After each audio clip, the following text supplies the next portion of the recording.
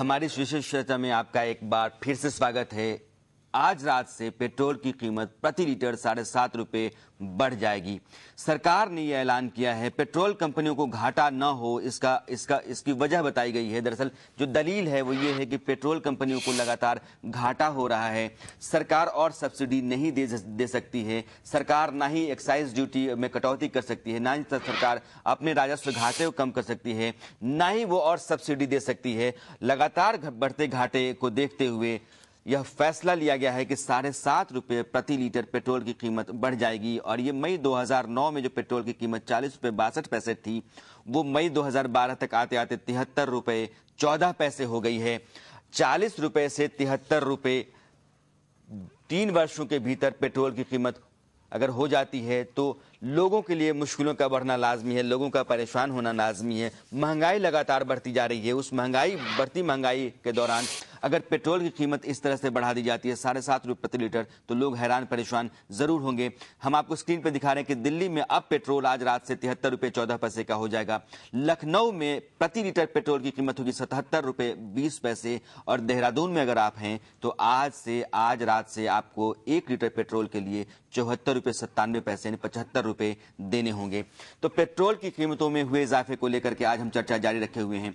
अवधेश जी, लगातार चूंकि हम आपसे पूछ रहे हैं, आपने पिछली बार भी कहा ब्रेक से पहले कि दरअसल ऐसा है नहीं। सरकार जिन वजहों को गिनाती है और जिन वजहों के चलते वह पेट्रोल की कीमतें बढ़ाती है, वो वजहें दरअसल ऐसी है नहीं। जी नहीं, इसको देखिए, इसको तीन दृष्टिकोण से हमको मूल्य वृद्धि को देखना चाहिए।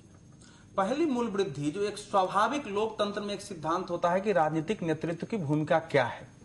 अगर आप घाटे और मुनाफे के आधार पर सभी चीजों को चलाएंगे तो देश का शासन क्यों न किसी अच्छे प्रबंधन कंपनी को दे दिया जाए। फिर प्रजातंत्र के होने का अर्थ क्या है, पहली बात।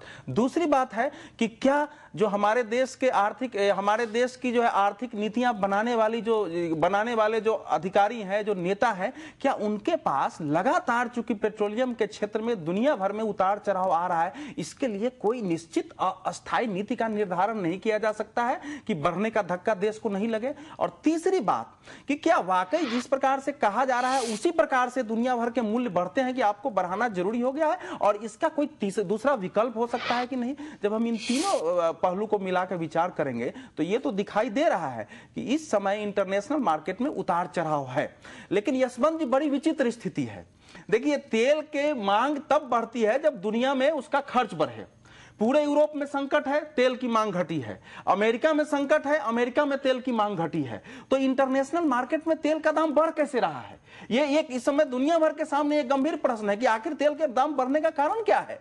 और सच यह है कि जो 147 अरब डॉलर, $147 का जो रिकॉर्ड 2008 में किया था, वहां अभी नहीं गया है। उस समय भी हमने 72-73 रुपया नहीं बढ़ाया था। उस समय भी हमारा 53 या 54 रुपए तक का रेट था। तो इसीलिए मैं कह रहा हूं कि यह सारा कुछ जो है केवल इस पेट्रोल नहीं है। आप अपने देश की हालत देखिए। इस समय भारत दुनिया के उन देशों में शामिल है जो कि गंभीर आर्थिक संकट के अंधेरी सुरंग में प्रवेश कर चुका है। हमारा जो है करंट अकाउंट घाटा, और जो 1991, 90, 91 में 3% से बढ़ के 3.25% हो चुका है।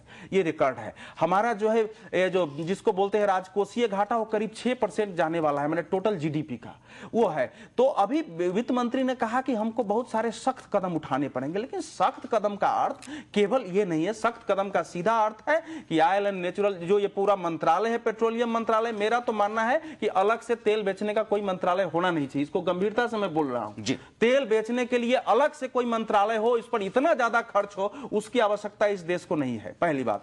दूसरा, जो उसका विभाग है उसमें खर्चों में कटौती की जा सकती है, और मैं समझता हूं केवल उससे यह घाटा पूर्ति हो जाएगी। और तीसरी बात कि अधिकतर जो खर्च है इस देश में, पेट्रोल का भी, गैस का भी और डीजल का भी, आप आंकड़ा देखेंगे यशवंत जी, तो आपको पता चलेगा कि करीब करीब 55 से 60% के बीच ये सब सरकारी खर्चे में है। इस समय भी इतनी गाड़ियां बढ़ने के बावजूद आम जनता के खर्चे में 50% के नीचे जा रहा है। तो ये सारे ऐसे रास्ते हैं जिनसे कि हम बिना दाम बढ़ाए भी हम आगे बढ़ सकते थे। उसको सरकार ने नहीं अपनाया है। इसका मतलब यह है कि ये संकट की प्रतीक्षा करते हैं, इनके पास कोई सोच नहीं और केवल दाम बढ़ाते हैं।